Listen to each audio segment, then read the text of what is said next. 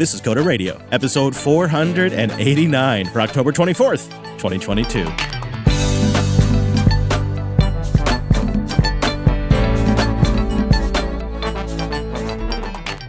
Well, hey, good buddy, welcome back to Jupiter Broadcasting's weekly talk show, taking a pragmatic look at the art and the business of software development and the world of technology. My name is Chris, and freshly celebrated, it's our host, Mr. Dominic. Hello, Mike. Hello, hello, hello. You still got that party glow? Feeling good? I'm feeling good, yeah. I've already been coding, of course, because you can't stop. So, for those that weren't listening carefully last week, Mike snuck off and got married this weekend. I did. Congratulations! Thank you, thank you. That's pretty exciting. Yeah, good stuff. You know, I mean, I said to myself after my first divorce, I'm never doing this again, you know? Amen. Never doing this again. I'm a bachelor for the rest of my life. And then, you find the right lady and you change your mind. And then you do it again. Yeah. Same thing. Yeah. So in a few more years, we'll be here. We'll be doing it all over again, but we'll do it together. No, I'm super happy for you guys. Hopefully not. But yes, it's certainly possible. I hope you gifted her like a coder robe. She already had a coder robe, okay? She was Of course, right. Well prepared, yeah. That's how you knew she was the right lady. Your wardrobe choices, particularly your robe choices, are super important. Oh, yeah, they say a lot about a person. And I did see on the Twitters this morning that there isn't quite a lot of wardrobe conversation, sir. I know. It's interesting that it strikes a note with people.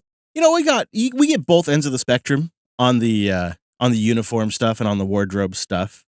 I will tell you that behind the scenes, I took a stab at putting together like a mock uniform online, and I just hated it. I hated it. I'll talk about that more in the future, though. I thought maybe we'd talk about something that really has our chat room fired up this morning. They were talking about it on the entire pre-show. It's a story from a few years ago, but it's been getting shared around this week quite a bit, and it kind of hits our wheelhouse. But before we get there, why don't we back up a little bit? Some follow-up on our discussion about software developers calling themselves engineers, and how up in Canada they were getting fined for that. And in Quebec, they even sued Microsoft for their Microsoft Certified Engineers program and made Microsoft change the name. Well, Hank tweeted at us. He says, the software engineer title, here's some background.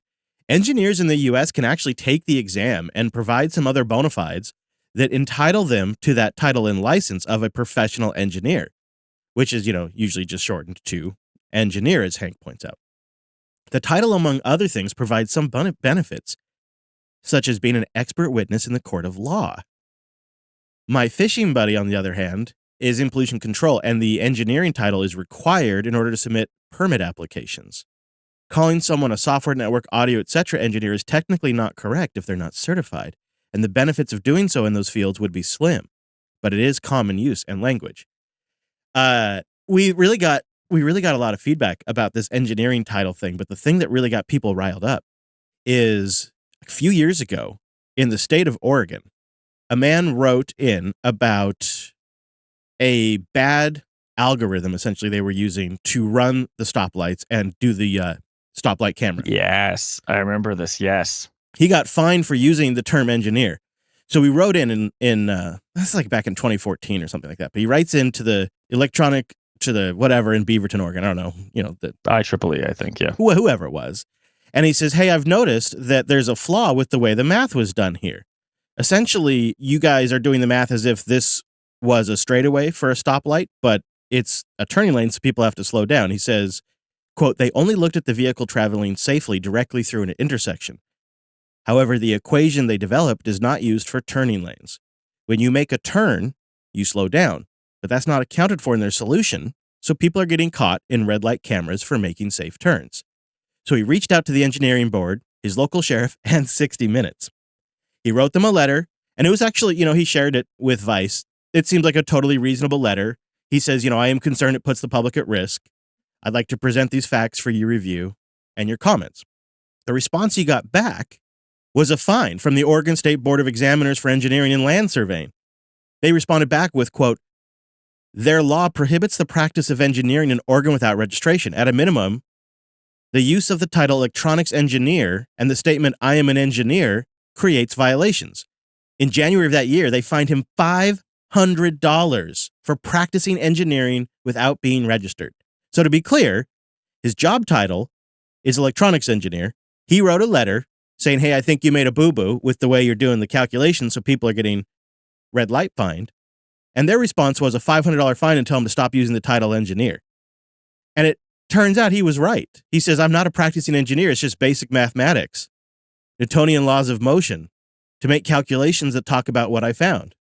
The engineering board, however, said he is not free to publish or present his ideas. He says, when I first got the letter, I felt like I was being violated and shocked that I could be treated like this in the USA. And they're trying to restrict him from sharing this information. I don't know how, because this has been years ago, so I don't know where it really led to. And the guise of, why he can't share it is because, well, you're not a certified engineer, so this might be wrong. For public safety, you can't go around talking about this. When in reality, they just wanted to cover up their screw up, no doubt. Yeah, we got a bunch of feedback about this. And the emails I didn't read till this morning also attest to it. Licensing is often used to keep people out of a field, right? You can listen to, I think, was it Ezra Klein years ago or Matt Iglesias had a great, they're very, very progressive guys, but they had a great thing about how certain more jerky organizations will use licensing to actually like racially segregate fields. It's like you can't attain a certain level of license if like your name codes as like black or Spanish or whatever. In this case, I guess that like you're saying they just wanted this. I remember this story when it first came out, and it was kind of like a coder success story, right? This dude because the other part of it, if I recall correctly, wasn't the county or the municipality making money because the traffic light was overly aggressive? Yes, that's got to be part of why they don't want him talking about it. Right. And by the way, I am not by this organization's definition engineer, but I was for many years a member of IEEE, the Institute of Electrical Engineering. So I'm not sure how that works. They were happy, just saying. I feel like I'm reverting to 2014 Mike. If you give this kind of gatekeeping power, someone's going to use it to be an ass.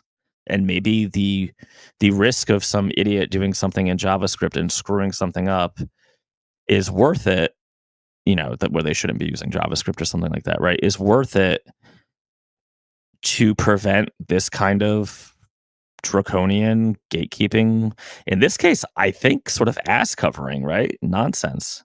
You see, I think maybe what you're touching on is kind of a fundamental way that conservatives versus progressives view the world. I think the liberal progressive take, remember this is Oregon, would be, well, the idea of this institution and what it's trying to accomplish is sound. The problem is the execution and the corruption that inevitably sneaks in. And so we just need a way of renewing these institutions and washing out this corruption. Yeah, okay, sure. I don't know, right? It's never. So what you're saying is, okay, Thomas Jefferson, let's burn it down every couple of generations and start over. Fourscore, my friend. That's what I'm saying. It'll never happen, though, right? Like I am sure someone from IEEE is going to write in and say, "Hey, Dick, you can pay for the membership, but it doesn't make you an engineer." I don't know. I guess I completely reversed myself in a week. I think we should aggressively fight against this because you know why? I've been on some really scummy bidding processes, and I know for a fact that what will happen is once there is some sort of licensure, and who's to say there won't be different ones, right? Like 5 different, 10 different, 20, where someone will lobby. I could particularly see government agencies falling for this. Oh, well, to really hit this standard of quality, you need to be a Martian software certified engineer. And only the Martian Engineering Institute can give you that. Where it just becomes like a puppy mill, right? You just have to pay. Isn't that what the tech industry does now? The Microsoft certifications, the RHEL certifications, the Cisco most people don't care that much about them. And they're open enough. No one at RHEL, no one at Red Hat is trying to stop people from getting it. In fact, they're encouraging it, right? Microsoft would love for, and we know this for a fact, they would love for me to come on and tell everyone to take a Microsoft software engineering class. You basically should not. But it's, Sun used to push this, right? And Oracle tried for a while with the, what was it, the Java. They had like a whole weird journeyman master, like they had a whole... The Duke crew. No. The Duke crew, that's what it was. They had they had a whole thing. It's basically nonsense. I mean, I don't know. I guess if I look at the fact that it takes our country, sorry, Europeans, But it takes our country, what is it, like 40 times the amount to build anything as it does anywhere else, and twice as long. Somebody can correct the statistics, but it's huge. And if you're asking me that we should turn software into that by adding more hurdles to jump, I'm just gonna say no. If that's true, though, how badass must we be if people still want to build here after all that? We must be the best. If you've been to like a airport recently, or I don't know, driven on any road in Florida, I can tell you that we need to, honestly, we need to get some dudes over from China to teach us how to build things again. I don't. Heyo. There is a Chinese airports, Chinese train stations. I'm not even going to mention Japan's bullet trains. Hell, European train stations, right? The metro, much better. Can I tell you what bothers me about this story, about this gentleman who wrote in and then got fined for LARPing as an engineer? That the cops obviously narked him out to the engineering board. Yeah, actually, like, what is that process, right? Right. Yeah, somebody got pissed and was like, all right, we'll forward this on. Yeah, that also crossed my mind. I think what disturbs me, if I really kind of think about my reaction to this story and I dig down what's underneath that reaction, it's that these institutions that we've kind of pegged as our guiding signal of what's good, what's accurate, what we can trust. You know, this guy's an engineer. I can trust him so he can build this thing for me. They seem petulant and petty and corrupt. And the fact that a complaint about a totally legit issue with how the red light cameras are being triggered ends up getting forwarded to this organization who not only finds him, but then actively attempts to suppress the information when he tries to share it publicly. Well, they fine him, but they fine him with the force of law behind them. So presumably, were he to refuse to pay, the sheriff will just come collect the $500, right? I guess it makes it feel like the rule makers aren't playing by the rules, and yet we have to follow the rules. But I disagree a little. They're making rules that favor their club, right? They favors their organization. They made the rule, right?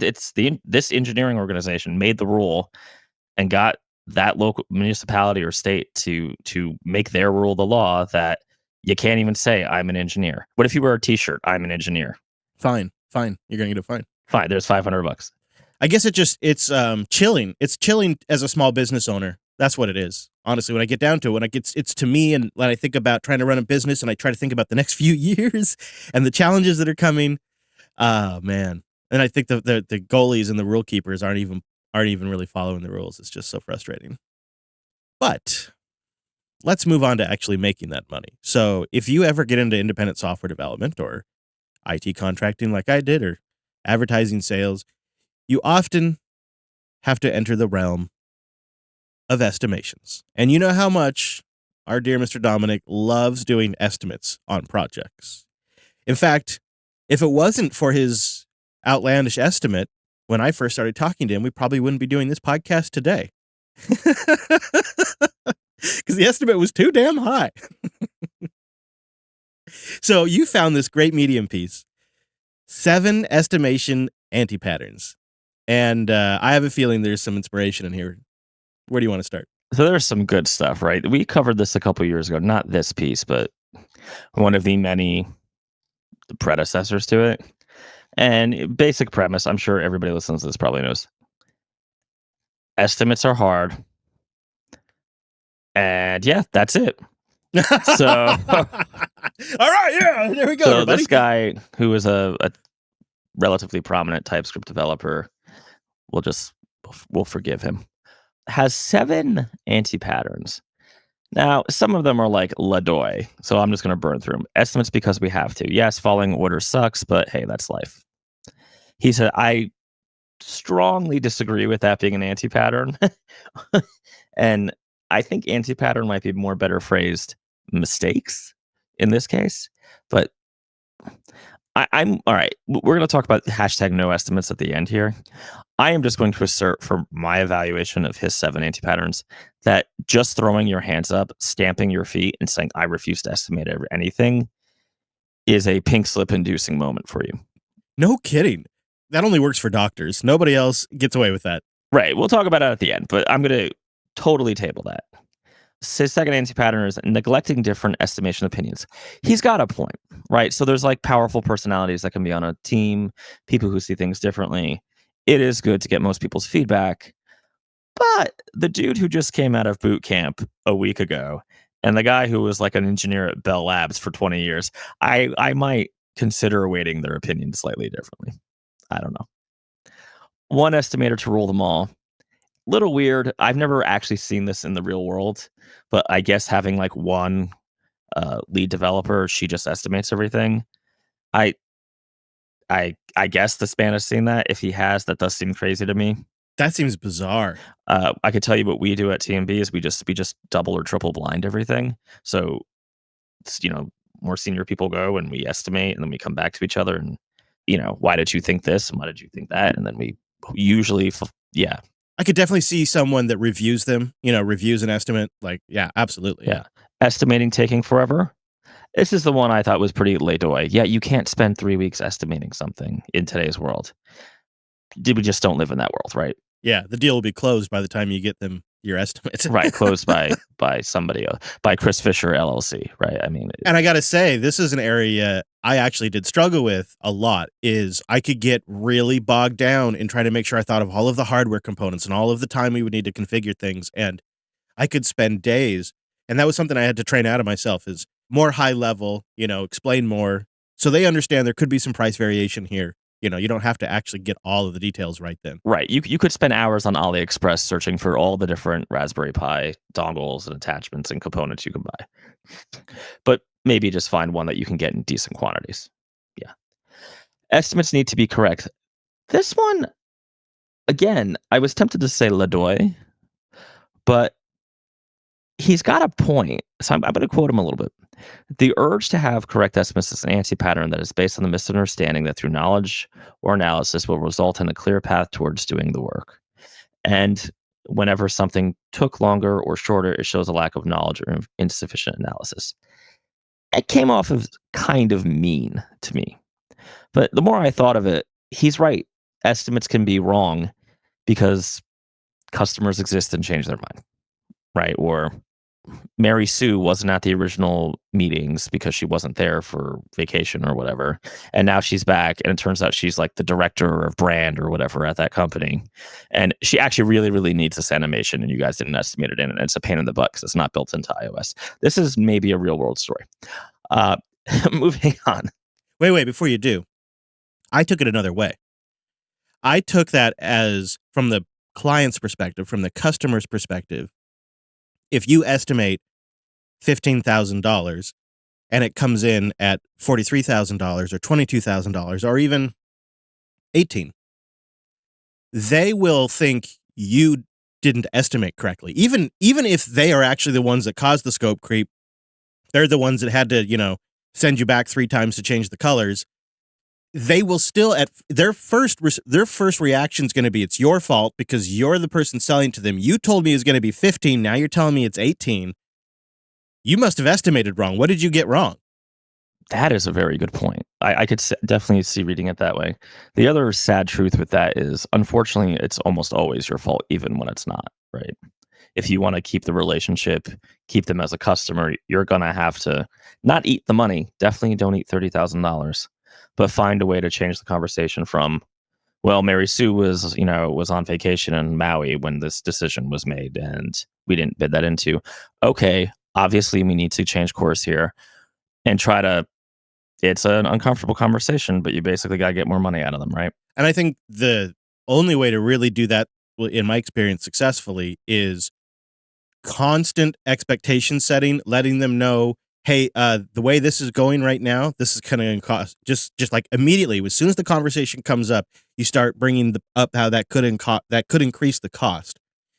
And if you don't, it just gets harder and more awkward to mention it as time goes on. Well, it's like any relationship, right? The deeper into unhappiness you are with each other, the harder even little, right? Chris and I are both divorced, right? I won't speak for Chris, but when everybody's getting along, forgetting to turn on the dishwasher is nothing. When everybody's been fighting for 6 months, that you will go to war for that. Yeah, right. That's so well put. All right, his last one. One of the most harmful anti-patterns of estimates is how they are misused as commitments by people outside the team, people with power over the team. And after everything I discussed already, it is probably clear that this is dumb. Still, many developers are in this position. I actually totally reject this one. And his headline for it is estimates are turned into commitments. And I'm curious what you feel about this, Chris. My take is the end client, the end customer, the business stakeholders, the product managers, your fellow developers, the DBAs, the QC people, your dog, right? People need to know when things are roughly going to be done. They need to know what things are going to roughly cost within reason, even if it's not like this is what the entire project costs forever and ever and ever. This is like what your monthly run rate's going to be, or something in that ballpark. I just don't agree that they're not some form of, maybe not, firm in stone like Moses' 10 Commandments, but they're like a soft guideline, right? They're a soft commitment. They have to be. Right. Unfortunately. Right. I mean, I guess if you had some sort of super awesome modern hipster tooling that everybody could go and check the status of the project and get real-time updates, that could substitute some kind of estimate that gets circulated. But So it's funny you bring that up. I did some searching. There is a cottage industry of SaaS companies who want to sell you their whiz bang we will estimate for you tool. Is it like based on like hook it to your Trello and we'll figure out your velocity, or hook it to your Jira? A lot of it's like off of Jira. Yeah. I see. Yeah. Of course. Of course there is. Yeah. Kind of, when you say it now, you say it's like, that actually sounds like a good idea.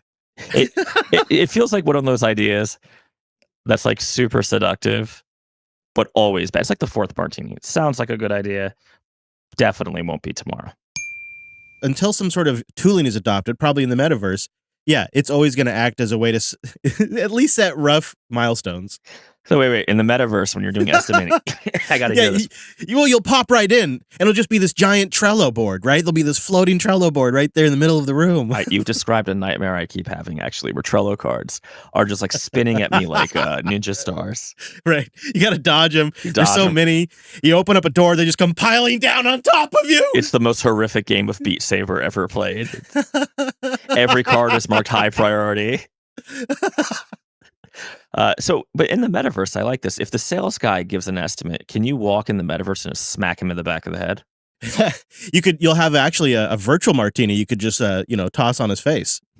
Well, we could get the Ferengi to hook us up with some synthahol. We'll just pour it on him. So the last one is others do the estimation. This is my slap the sales guy in the back of the head one. I agree. That's a bad idea. Sales guy, their job, collect sale, make commission. Their job. Usually a lot of them don't care about actually like managing the customer relationship. The good ones do, but they're very expensive. So yeah, got to watch that. That's kind of like burying the lead. This is in my experience, the number one issue can be in this situation.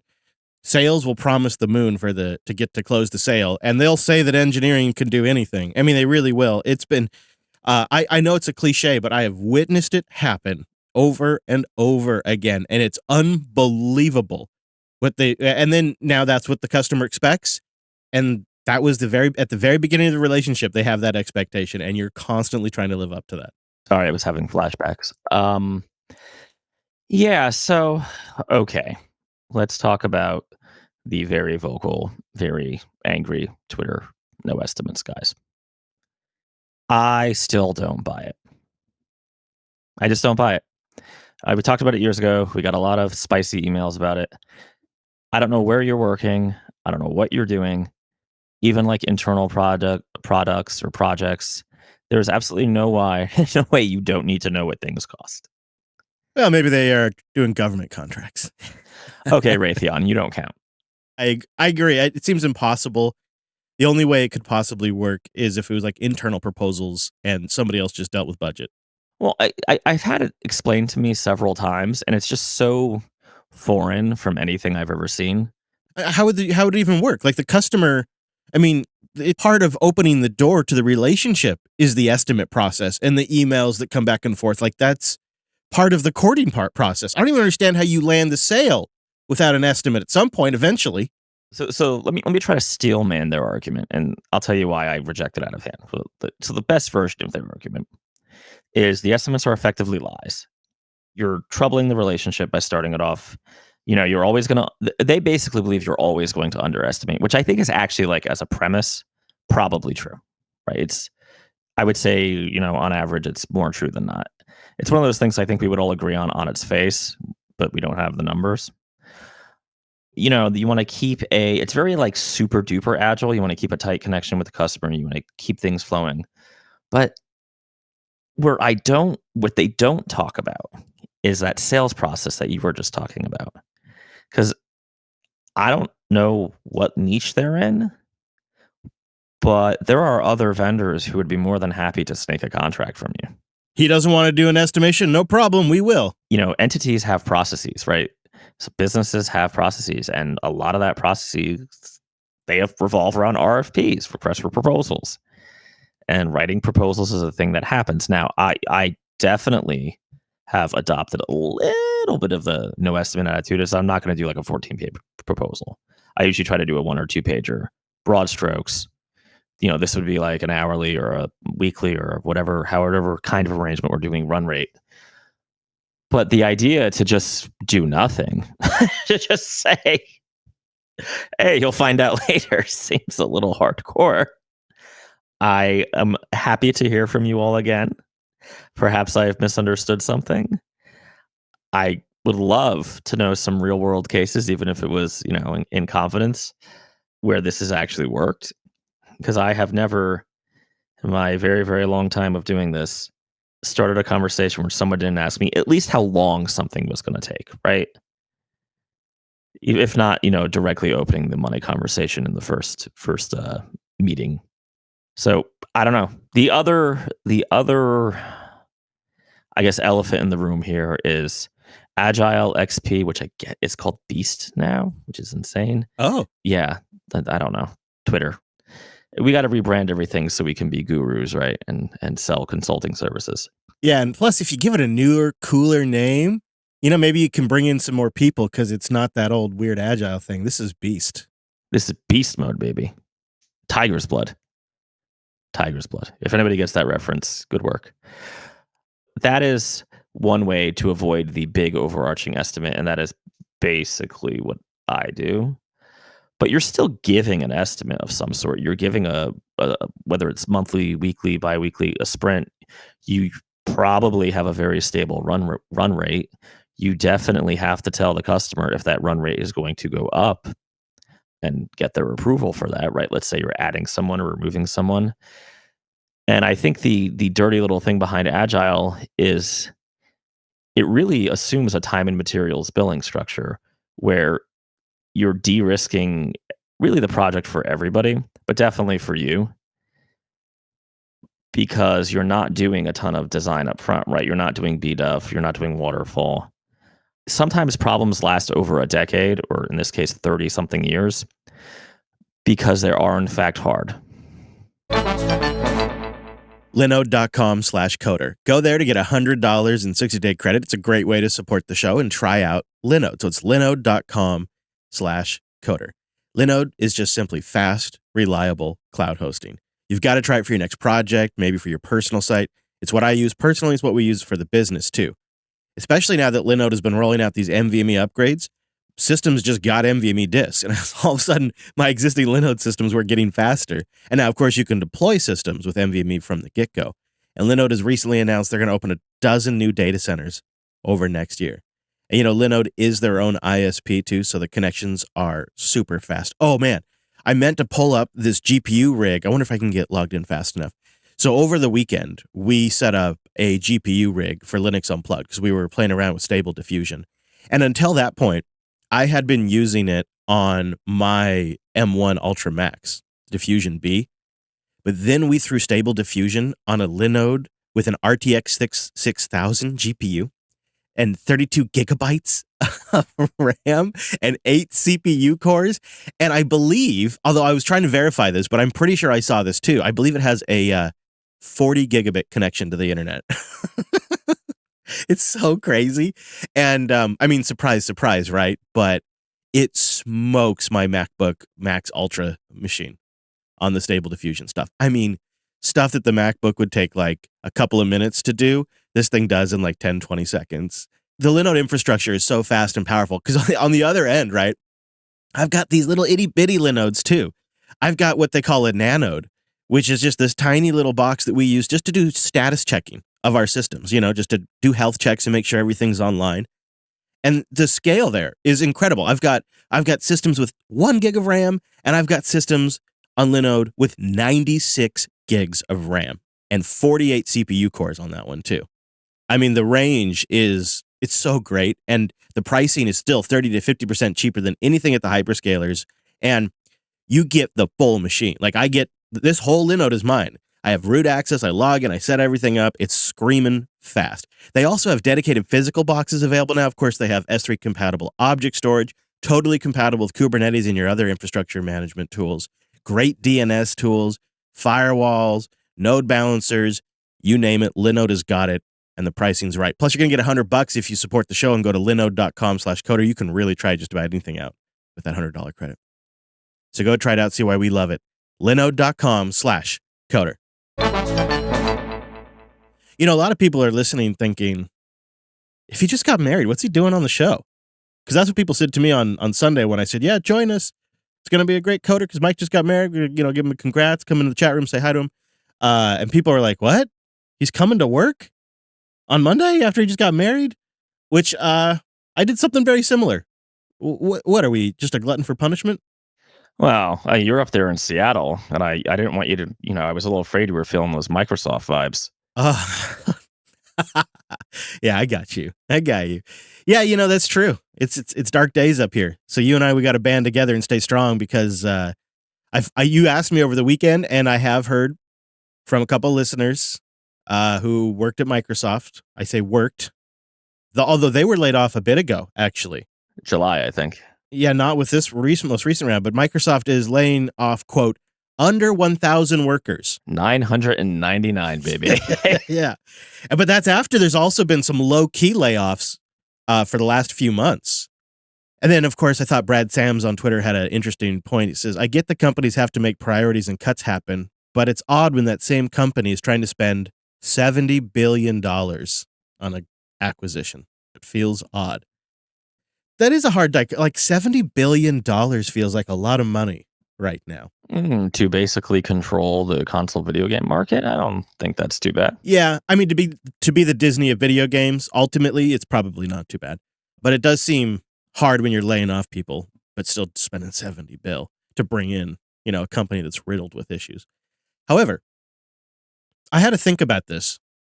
Microsoft, Apple, and Google have been doing this layoff thing, and they're doing it low key, but they are occasionally making announcements. Now, why would a company make an announcement? Why would they do some that are low key on the DL and then announce some via press release?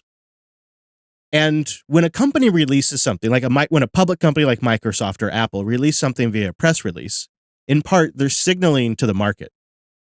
They're signaling to Wall Street. And what Microsoft and Apple and Google are signaling is, we're taking leadership on this issue. We recognize that the last 10 years of loose money, zero interest rates, everybody's been at a party with free alcohol. Think of it that way. That's actually what's been going on in the financial markets. The Fed's been throwing a banger of a party for a decade, and the bar has been free. And so companies have been sucking up billions of dollars. They've been hiring like crazy in the name of what investors call chasing beta. And what that roughly means is they're chasing something that doesn't return value today, but will likely, one of these bets will pay off big in the next decade. And so you're chasing future return. And what's happened, because rates have gone up, 65, 70%. I mean, the rates they're continuing to go up. The interest rate, the price of money is continuing to go up. The bar is now charging, and the price is going up monthly. And so now, what investors are seeking, and they're looking for it really bad right now, really hard, is what they call alpha. That's return today. That's value return. This is your Warren Buffett type investor, your value investor. You invest in things that are making money today. And the view by investors has become, it's time. You've just had a decade of free money. If you didn't produce something that returns money at this point, it's time for you to die. And so you're seeing the very large companies take a leadership role in pivoting to value. Apple has paused production of the iPhone 14 Pro because demand is soft and they want to keep revenues up. They're doing layoffs, Google, Microsoft, Apple, layoffs. And then you have your mid to small tech companies that have just been pumped with Series A, B, C, D, even F rounds of funding, which is, we're going to look back at that as ludicrous. And they're dying off, and they're going to be laying off. Saved by acquisition, some of them, right? Right, yeah. Well, or I should say the investors, the VCs will be saved by acquisition. Yeah, the companies will be strip mined for IP and the most valuable. Right. One might think of Twitter in this case, who, I mean, Elon Musk has to be their best friend right now. Somehow. Supposed 75% layoffs. Could that be real that he's really thinking that? Yeah, because the company's not worth 50. I mean, everybody else has covered it. It's the math is stupid, right? That's something. Don't tweet drunk or high. That's all I got to say. And don't send letters to the SEC drunk or high either. I feel bad for the people being laid off, but like every bender, this one had to end. Yeah, but the hangover could be pretty significant. It's going to be full on withdrawals, right? Until the bar goes free again, which I imagine it will at some point. Oh, I'm hoping it doesn't. Early episodes of the show, I used to rail against these companies that don't, in fact, make money, right? They don't turn a profit. These startups, they just, they burn through money and they just get acquired as an acqui-hire, or they get acquired, and they get acquired based on their potential future revenue. Mm-hmm. And then everybody who's in a leadership role or on the board, I may or may not have firsthand experience with this, gets a payout based on the theoretical stocks that they own that are going to be worth something at some point in the future. And so there's this massive exchange of money, even though the company never necessarily got profitable and sustainable, but they had a future potential value. And that's what they get. Some of that is that there's a ratio of that they get bought for. And then everybody gets paid out. Yeah, absolutely. Or I shouldn't name the company, but there was a company, I did not work there. I did not contract there, but I knew some of the developers there in New York that did basically a Netflix for book style thing. A large tech company bought them simply to kill them. That was it. That is so common. Oh, yeah. And Zapier, can you just buy us? We'll go away. Hey-o. But that is like, what's up? It was such a Roman-esque bacchanalia that it had to stop. If you watch the show We Crashed, a lot of people think, well, that's insane. That's a joke. I've seen like that.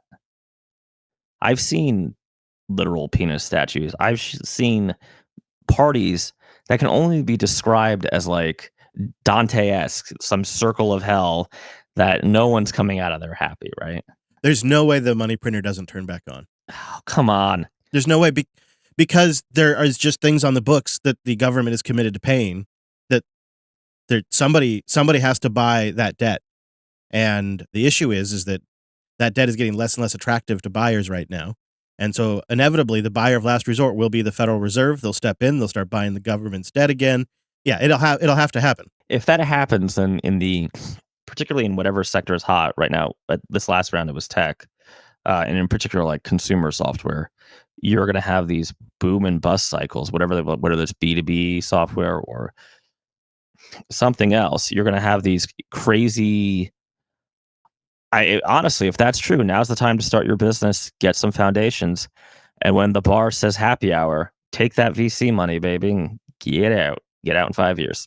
I mean, look what happened is instead of chasing traditional investments like bonds and things like that, investors went after tech. That's what they went after. And they stopped caring about the fundamentals. And so a company didn't necessarily have to make profit in order for everybody to get paid out. And what ended up happening is we have a massive glut of underskilled tech leadership out there. The whole leadership team for so many of these companies, and you guys know this is true, are totally mediocre because they didn't have to be great. They weren't fighting for absolute survival. There wasn't this natural selection where the absolute rock stars of the companies are the ones that get promoted, because the profit came from the investments, not from the product. And so it created a culture of extremely weak leadership. And some of that has to be reined out as well. I mean, I would like the money printer to stay off for a while, because the longer we keep raising rates, the longer the money printer stays off, the more of this gets cleaned out of the system. Unfortunately, the worse it gets, the more jobs, the more of the supply chain gets damaged, the more long-term damage that gets done to the economy. So part of me doesn't want it to keep going, but I would love to see some of this get cleaned up. Okay, but isn't this okay, I see what you're saying, the supply chain. But isn't part of that because of just how easy it was for these companies when the ale was flowing freely, so to speak? Yeah, That they didn't build up the muscles, right? These are like I have a Tibetan Spaniel. These dogs would never survive in nature ever. exactly. But a wolf could, right? Hell, a husky could, a beagle could. We need to, I don't know, be better breeders. Someone's gonna hashtag that's gonna be bad. But Mike gets married, extols young tech entrepreneurs to be better breeders, gets canceled by Glad. Just I'm thinking of like startups I've seen that were so stupid on their face.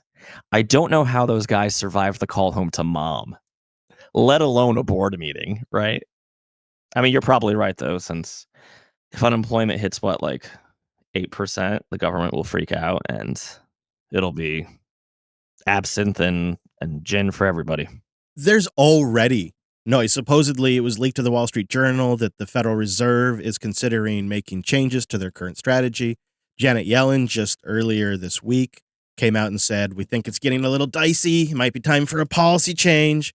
So I don't know. I think we're already starting to actually see it, unfortunately. Doesn't it chap your ass though? Like businesses like ours and like our friends at System 76 and other places that actually just like manage to survive and, actually make money. We kind of missed out on this.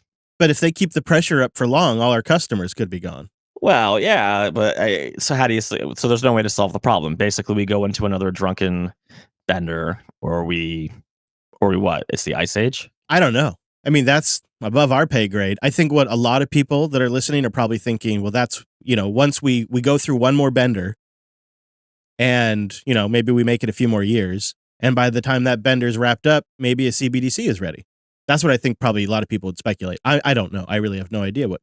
The one thing that's remarkable is they always manage to pull a trick out of their hat and keep things going, so it's almost safe to bet on that, I suppose. I think it's interesting. Our sponsor, Tailscale, I noticed was super savvy about the way they raised funds recently in December of last year or somewhere around there. Like, I think their leadership clearly saw this downturn coming and made some really clever moves to invest long-term in their infrastructure, because I think they suspected that, the money printers were stopping as well. And there's tech companies out there that will thrive in this environment. I'm legitimately a little nervous about it. It's sort of like I'm just a monkey in a zoo. I don't really have any say over what the zookeepers do.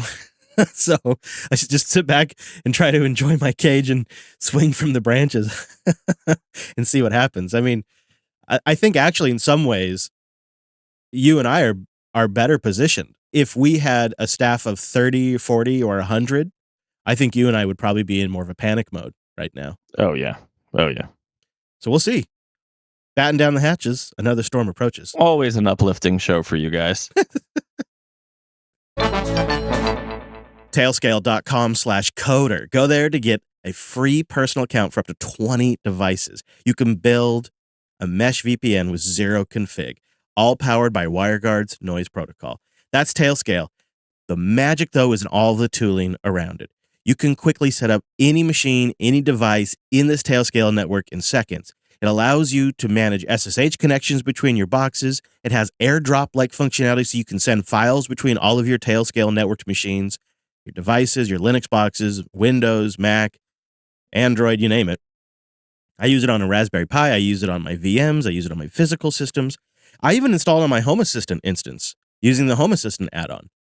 It's just super powerful, and it puts all of my devices on a flat network with static IPs. and you can throw DNS in there. Now you're doing name resolution. Doesn't matter if you're at home, the coffee shop, you're at work. It's all the same IP, all protected by WireGuard. It's a mesh network that gets up and running in under 2 minutes.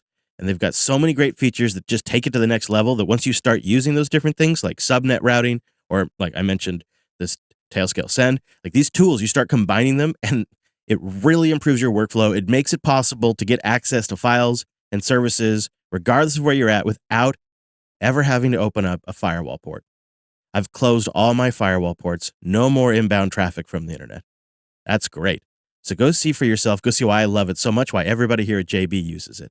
And try it for free for up to 20 devices at tailscale.com/coder.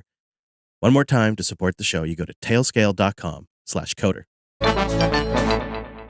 You know, the reason why I've been wanting to talk about this with you is because I think one undeniable kind of interesting retrospective aspect of this show is we have stumbled into documenting really interesting trends. Apple's pivot to services, Microsoft's pivot to embracing open source, buying GitHub, like that whole trajectory where they went. Our show has covered the span of Microsoft hates Linux to Microsoft loves Linux, and now they're, we know where they're at. Like we've covered a lot of interesting trends. Docker, obviously, we'd love to mention. And I think the one that we're stumbling into now, only because we're older and we've seen a few things now, we kind of see it coming. I think we're watching a reshaping of our tech industry, a reshaping of the very industry that you and I have watched develop over the last decade. While the money printer go burr, we're watching it now rebuild itself. And the question at this point is how far does it go? Is it surface level? Does it end up being more structural? Time will tell. And I suspect the real action actually happens next year. But I think people that listen to this show are going to have, hopefully, a better understanding of what's going on in real time. And the great thing about this show is it's two-way street. People send in emails and boosts, and we start the conversation. And I think we actually inevitably work out what's really going on well before most people get there. And that's been a really fascinating thing to kind of watch over the years of this show. And another one of these things, I am convinced is happening. I'm kind of here for it, but it's absolutely happening. It is open Zuck-Hunting season. I was sitting on the couch last night after Linux Unplugged with Wes. And I was just telling Wes, I was like, Wes, like every Sunday I see these pieces come out from Fortune, Business Insider, and Wall Street Journal. And they're always like these hit pieces on Zuckerberg and Meta. Sometimes they're good and juicy, and sometimes they're really just weak sauce. But man, they crank them out. One of them at least cranks them out on the regular.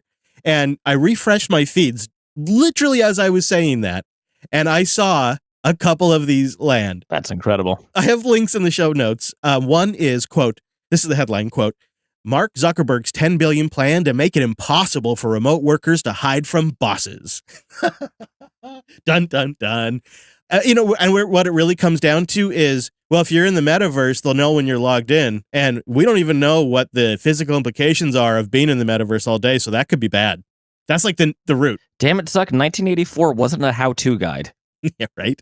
And then here's the other one that landed. Mark Zuckerberg should make Facebook again. The Meta CEO should prioritize growing engagement and revenue on the company's core apps and drop this Meta crap. And then, very quietly, The Wire published a retraction. They retracted 2 recent stories about Meta's XCheck program and says that it's using, quote, independent external experts to investigate its coverage overall. I think something's going on there, and they've discovered a little insider bias. Now, I'm no Mark Zuckerberg fan, but I definitely recognize a sustained media campaign when I see one. There is clearly just people just trying to take Mark and Meta down. It's always either about Mark Zuckerberg or how Meta is crap every single time. And I don't know, maybe it gets clicks, or maybe there's just something else at play. What do you think? Is my bacon tasty? I think your bacon's tasty, but what kind of bacon though? I need before I. Well, actually, Mark Zuckerberg hunted this bacon himself, and he smoked it. Oh, Jesus, that's right. Yeah, you know how he likes to hunt his own meat. He's a strange man. The problem is, as you were talking about the Zuck, I kept picturing the bad guy in Batman versus Superman, the kid who plays Lex Luthor.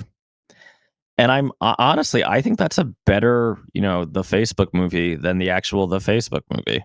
It's kind of who he is, right? Like I don't know. It's I'm sure it's a caricature, but have you watched him like some of his earlier talks? Yeah. He's gotten better. He's been coached, clearly. Oh yeah, his last one with who was it? It wasn't Kara Swisher. It was Lex Friedman. Lex Friedman. Thank you. Was pretty good.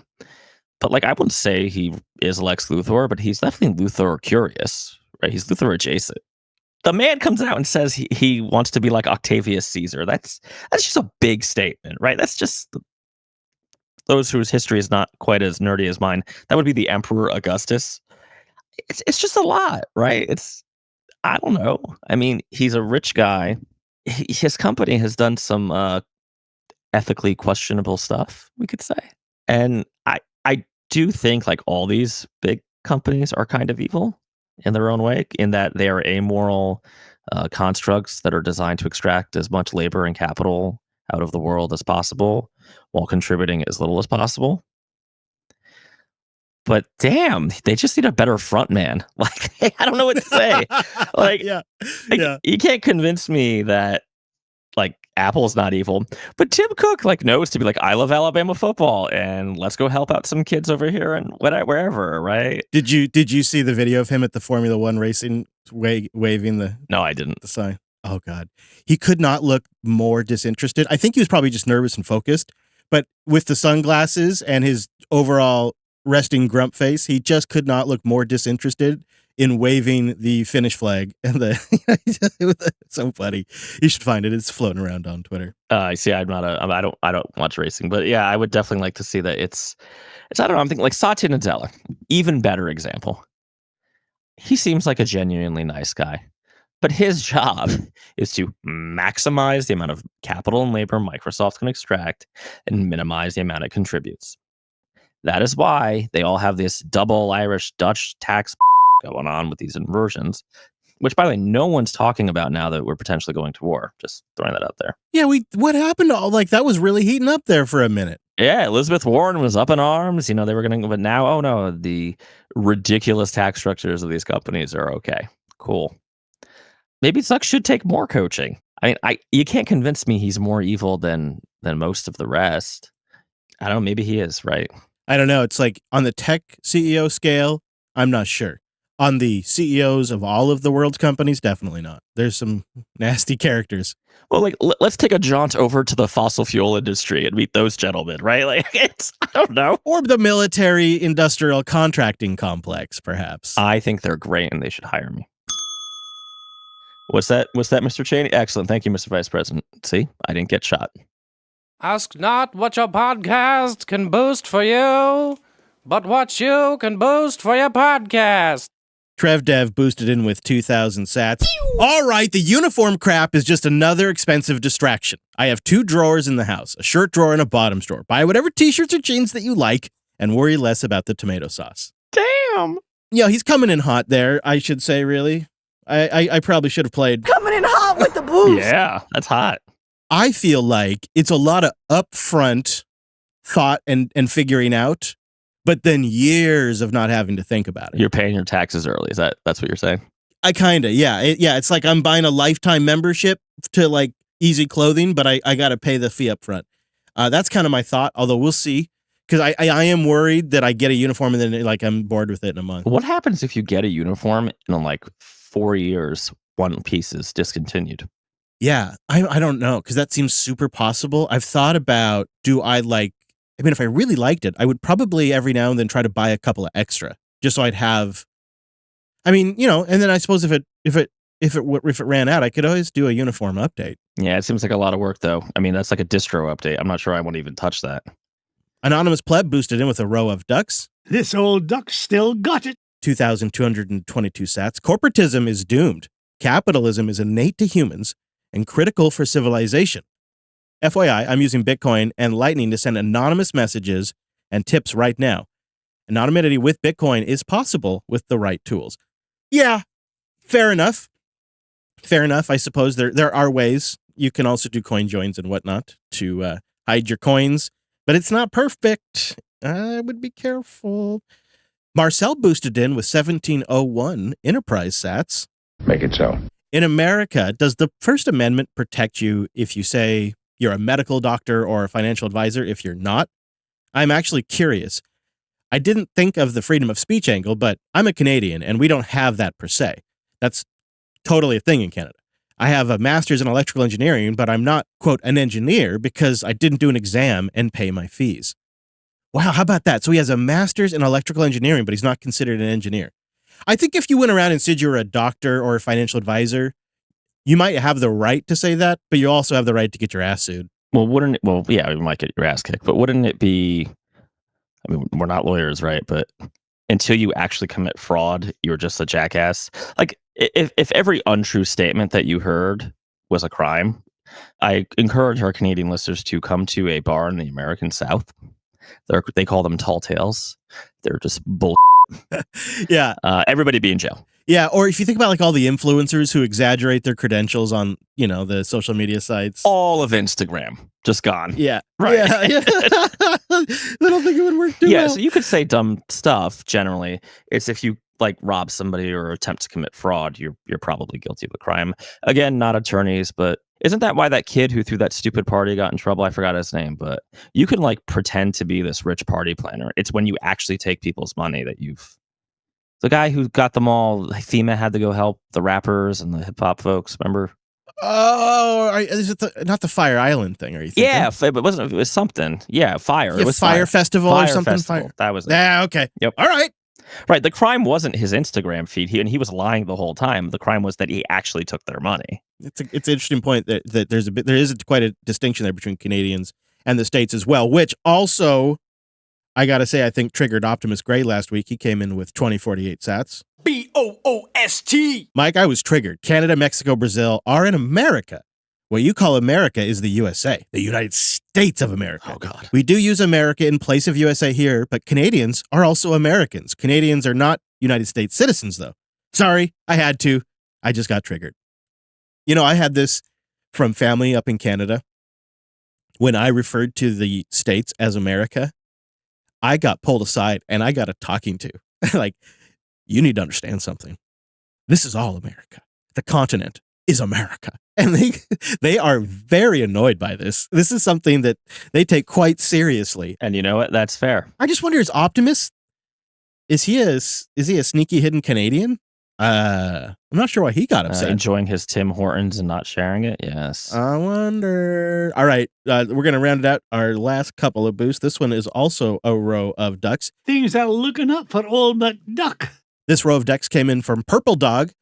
My car is 8 years old. My phone gets updates 3 to 5 years at best. I just want open standards in any device that can implement it. So this is something I wonder if there's going to become a DIY community around electric cars. You already kind of see it. There's YouTube channels that build their own electric cars. But electric cars are a lot less complicated than a gas or a diesel vehicle. You can get a couple electric motors, a battery pack. That can be platforms that get sold as kits. It really feels like cars are turning into the next geeky tech landscape. My buddy Alex on Self-Hosted bought this equipment that he hooks up to the ODB2 port on his Golf. And now he can adjust things like the noise and sounds that his exhaust makes. He can tweak things. He was able to get astronomical increase in horsepower just by adjusting things in software. And then you eventually need to replace components to accommodate for it. But all of it is just tunable as different software profiles, because the platform that Golf R is built on is also used in Audis, and they have that same engine in a van, and they have that same engine in a Passat, and they just use it in these different vehicles with they swap out some of the components. Maybe some things are a little more robust than other parts, and they put a different software stack on there. And he got that software stack and he put it on his Golf R, and he got a huge increase in horsepower. And it's just, it's a tinkerer's thing. It's a whole community around tinkering and messing with this stuff. I find that interesting. Yeah, I think that could happen, right? There's always been a kind of a car enthusiast community, so why not? I like it. Yeah. I hope it sticks. Nev boosted in with 2008 sats. Boost! In 2008, did you know that the number 3 search term on Google was, what is Java? Behind financial crisis, and then who is Obama? Oh, how far the world has come. Always Mike as a guy's EOS? EHOS? What's EHOS? Is that a magic thing? Oh God. Is this EHOS? That's a guy you as well. No.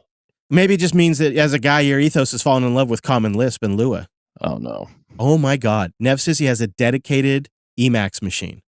Could you think about that? A computer in your room that only runs Emacs. Is this a thing people are doing? Does anybody else out there have a computer that only does one thing? And is it a full computer? Did you just ask Emacs people how they're running Emacs? No. I'm wondering, like, do some people have, like, a machine that does something else, like a dedicated computer that just runs a single application? Oh yeah, dude. What about all the Plex people, right? Yeah, well, maybe a media server or something, but I'm talking like a PC or something. Maybe Nev's doing a tablet, but I'm just trying to picture like a desktop PC with a mouse and a keyboard and a screen, a tower PC that's just running all the time, but nothing but Emacs. You can live in Emacs. I'm just, Nev is blowing my mind. And also, you should yes, grow out neck your beard. neck beard. Yeah, absolutely. Yeah. Just thank you. We got 20,000 sats from Mitch. Ooh. That's the developer of the Podverse app. Podverse is an open source GPL podcasting 2.0 compatible app for Android, Mac, Linux, iOS. Well, I say Mac. I meant iOS and the web. Try it out. It's great. We also got 2048 sats from Arthurtes. And thank you everybody else who boosted in or streamed in. We didn't make it on the show. We do just select some of them, but we read all of them. And I'm working eventually. We have a couple of projects in the pipeline, but we will eventually probably pipe in the Boost for Coder like into a Slack channel or something. So they're even easier for everybody to see. But we'll work on that. It's actually pretty awesome. Dave Jones is a master. I love the system he built. Like, I don't know if he intended to build the perfect system for us, but he created like a Rust back end for these boosts that get stored in a database, and there's an API. It's really quite choice.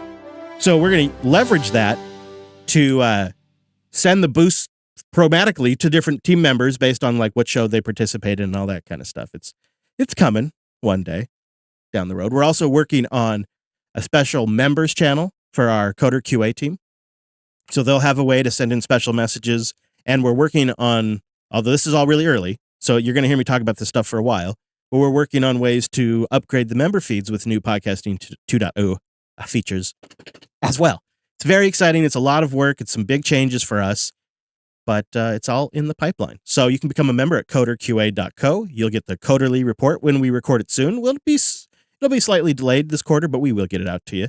I've been trying to brainstorm on a topic too, so I'll chat with you about that offline because I got an idea. Ooh. But Mr. Dominic, is there anywhere you want to send the people this week? I'm at Twitter at Dominuco, and go to alice.dev if you need any automation or data conversion goodness.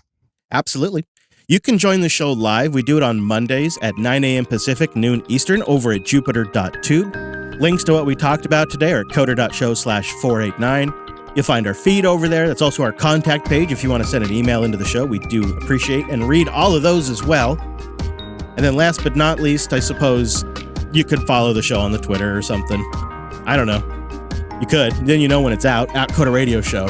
What I would do is I'd just subscribe in a podcast app. Then you don't need to follow us on Twitter and you still know when it's out. I'm a podcast pro, so that's a pro tip. All right, everyone. Thank you so much for joining us on this week's episode of the Coder Radio program.